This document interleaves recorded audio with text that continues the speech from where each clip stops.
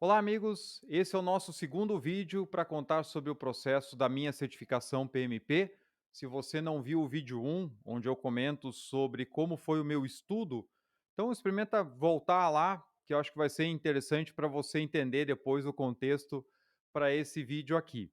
Estou gravando essa série para ajudar vários profissionais aí que sempre me perguntam como foi o processo de certificação. Eu já dei muitas aulas também de vários módulos preparatórios, então acho bacana poder dividir com vocês como foi a minha experiência e sempre falo para todo mundo: tente buscar experiências diferentes, porque a minha percepção da prova com certeza vai ser diferente da sua e vai ser diferente de um outro colega também. E a prova também, ela nunca vai ser muito parecida. O PMI tem um banco de questões gigantesco, que é montado para cada exame, de maneira aleatória, obedecendo os níveis de perguntas. Então, existe uma segmentação de perguntas mais fáceis, perguntas medianas e perguntas mais difíceis. Tem perguntas para teste também no processo atual.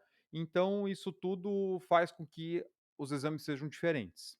Tá? Então, o que vale para um não necessariamente vale para o outro, por isso também a gente precisa estar muito bem preparado, porque muitas vezes a gente não sabe o que encontrar. E esse era justamente a minha questão. Eu não sabia o que esperar da prova. Eu fiz o meu curso em 2004, comentei isso para vocês lá no primeiro vídeo, e logo na primeira aula, num simulado inicial, meu resultado foi péssimo. E eu não sabia o que esperar para a prova. Como era uma época também aonde nós tínhamos pouquíssimas pessoas certificadas, que pudéssemos ter contato, tirar dúvidas, eram mais os professores mesmo do curso que acabavam trazendo a sua experiência, então não dava para montar aquele cenário, assim, do que você de fato vai esperar para o dia do exame. Como cada pessoa também tem uma percepção diferente, passa uma mensagem diferente. Então eu estava muito inseguro para a prova. Como que eu fiz a marcação? Então, eu terminei o curso no começo de dezembro de 2004 e queria me certificar no começo de 2005. E final de ano sempre é uma época complicada, principalmente para quem quer estudar ou quem precisa estudar. Então, eu fui passar o final de ano na praia, eu levei o meu material de estudo, eu lia todos os dias, é claro que com uma quantidade de horas dedicadas menor do que eu vinha fazendo antes, que eu comentei lá no vídeo um, mas eu conseguia manter ali o ritmo. E aí eu passei o mês de janeiro revisando todos os capítulos, estudando de novo o PMBOK de ponta a ponta, refazendo todos os simulados, e estava ficando meio repetitivo para mim. Eu via que eu continuava errando nas mesmas questões e me parecia que eu não ia conseguir agregar mais conhecimento. Meu aproveitamento estava bom nos simulados, mas eu continuava muito preocupado, eu não sabia o que esperar. Ninguém da minha turma ainda tinha feito o exame. Então, eu estava realmente ali, com receio de fazer a prova. Aí quando chegou no final de janeiro, eu pensei assim: "Bom, vou marcar a prova e chega, não dá mais". Eu estava vendo que o meu estudo, por mais horas que eu passasse, eu não estava agregando mais nada. Eu chegava a sonhar com os processos, sonhar com os simulados, então estava na hora de fazer definitivamente. Aí, naquela época, a marcação você tinha que fazer por telefone. Você ligava para uma central do PMI, consultava a disponibilidade na tua cidade e aí fazia a marcação. E tinha a regra de prazo, que inclusive tem até hoje, né, com algumas modificações. Então, se você chega numa determinada proximidade da prova, você não pode mais remarcá-la. Você ou faz ou perde. Então eu liguei e eu fiz primeiro todo o application, né, e quando você faz o application, você já passa o cartão de crédito, e liguei para ver a disponibilidade da prova e logo em seguida vinha o carnaval. Então eu pensei assim: "Bom, a fatura vai chegar no final do mês, a fatura do cartão. Quando chegar a fatura eu já quero estar certificado". Então sabe de uma coisa? Eu vou ligar, era uma quinta-feira, não esqueço, e vou marcar para quinta-feira que vem, ponto, né, eu acho que já deu de estudo, não quero mais. E aí eu liguei, tinha disponibilidade, fiz a marcação. Quando eu desliguei o telefone, já me deu calafrios, assim: "Puxa, será que eu fiz a coisa certa? Será que eu não deveria revisar tudo de novo e tal?". E aí dá-lhe estudar de volta todos os dias e no final de semana ali, pensei: "Não, ou vai ou racha, né, vou tirar dessa vez". Aí chegando lá no local, você deixa tudo do lado de fora da sala, você só entra com lápis e papel em branco que eles dão para você. E eu estava extremamente nervoso, estava tremendo quando eu sentei na frente do computador.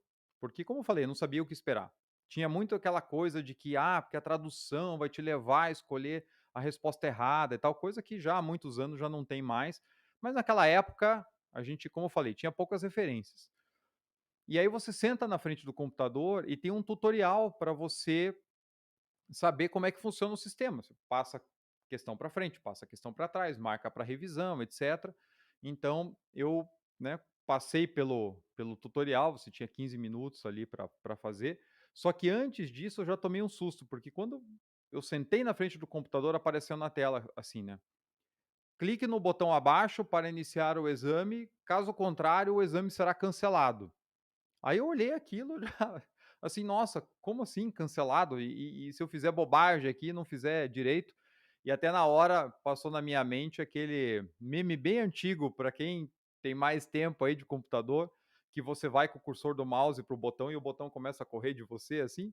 Eu achei que ia ser mais ou menos assim, eu não ia conseguir clicar no botão, ele tinha um timer que ia reduzindo, já estava ali com uns 15 segundos para terminar, eu falei: "Meu Deus do céu, vou perder a prova". Aí fiz o tutorial, você tinha até 15 minutos para fazer o tutorial, gastei acho que uns 3, falei: "Sabe de uma coisa? Vamos embora, né, vamos fazer". E aí comecei e estava muito preocupado com o tempo. Então eu fazia uma resolvia uma questão, aí você na época tinha que responder no inglês, se você quisesse a tradução, clicava num pop-up, aparecia o pop-up com a tradução, você fechava e respondia, como eu falei, no inglês. Então eu lia, relia, olhava a tradução, fechava. Boa parte do material de estudo naquela época era em inglês, então para mim estava bem tranquilo respondendo em inglês, mas ficava, como eu falei, estava muito nervoso, estava com receio. E aí eu fui passando, eu tinha feito uma conta mais ou menos de que eu tinha que chegar ali, eram 4 horas de exame, tinha que chegar, né, com 50 questões respondidas na primeira hora. E aí, quando deu mais ou menos meia hora, eu estava com umas 30 questões, 25 questões respondidas. E aí eu comecei a ficar preocupado, porque você nunca sabe se as questões mais longas vão estar para o final, diagramas de rede que você tem que desenhar na mão para depois responder e tal. Então meio que me deu um pânico, assim, eu olhei o relógio, fiz uma conta errada de cabeça e pensei assim, não vai dar tempo, né? E aí veio a próxima questão, era uma questão curta, eu respondi sem ver tradução nem nada, passei para frente, veio outra curta, eu respondi, veio outra, eu respondi. Eu respondi 10 questões, acho que em, não sei, 50 segundos, né.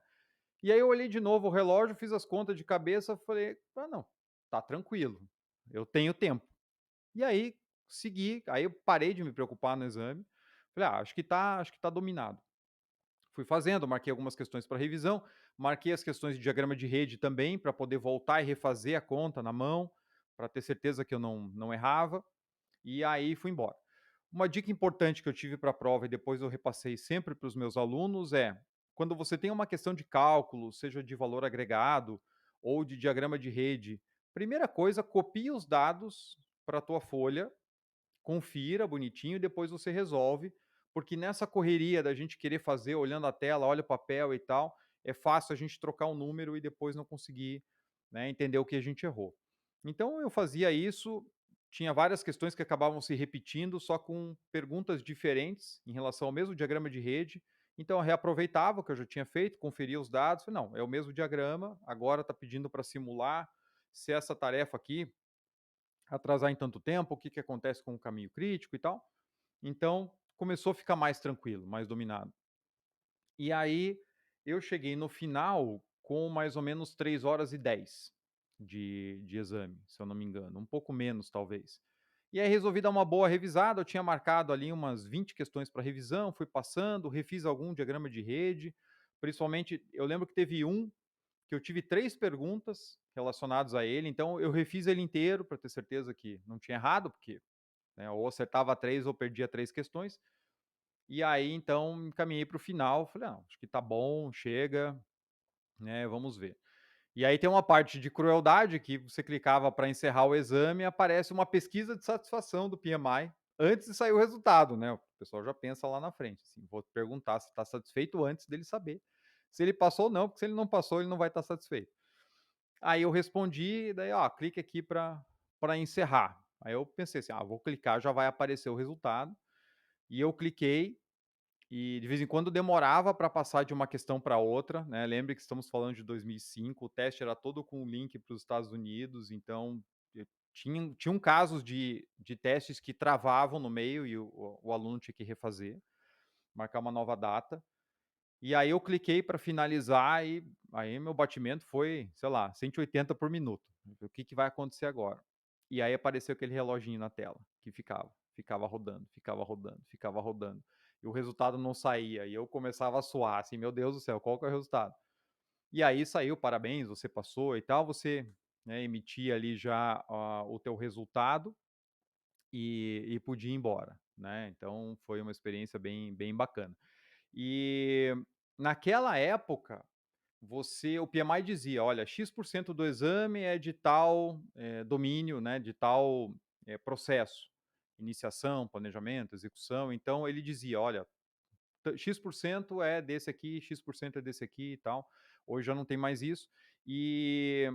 E também naquela época não existiam questões de teste, as 200 questões serviam para a tua nota, eram questões, né, valendo. Hoje tem um percentual de questões que eles vão introduzindo aos poucos para ver, né, nível de erro, acerto e tudo mais, para ir classificando naqueles níveis de questões mais fáceis, medianas e difíceis, né. Então depois elas passam para o banco oficial. Naquela época não, eram as 200 que valiam, e até era interessante porque você podia inferir quantas questões você tinha errado, porque você tinha o percentual teu de acerto de cada um, né, desses processos.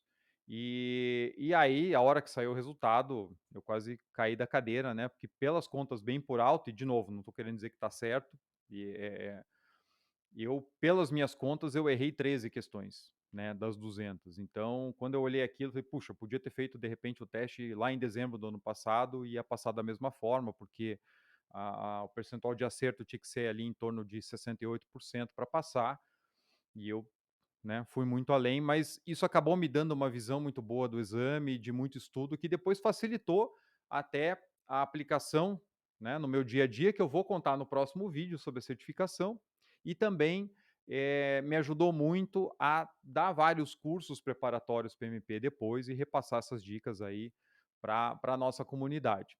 Também vou gravar mais para frente vídeos que vão falar da minha certificação RMP, o Risk Management Professional, ok? Então fique ligado aqui no canal e não esqueça de ver o próximo vídeo onde eu falo da aplicação dos conceitos, né, e como foi a certificação PMP para mim, o que ela acabou representando na minha carreira, tá ok? Então, espero você no próximo vídeo. Siga o canal, ative o sininho, não deixe de curtir aqui também, isso é muito importante pro YouTube, saber que o conteúdo é relevante, e eu vejo você no próximo vídeo. Um abraço.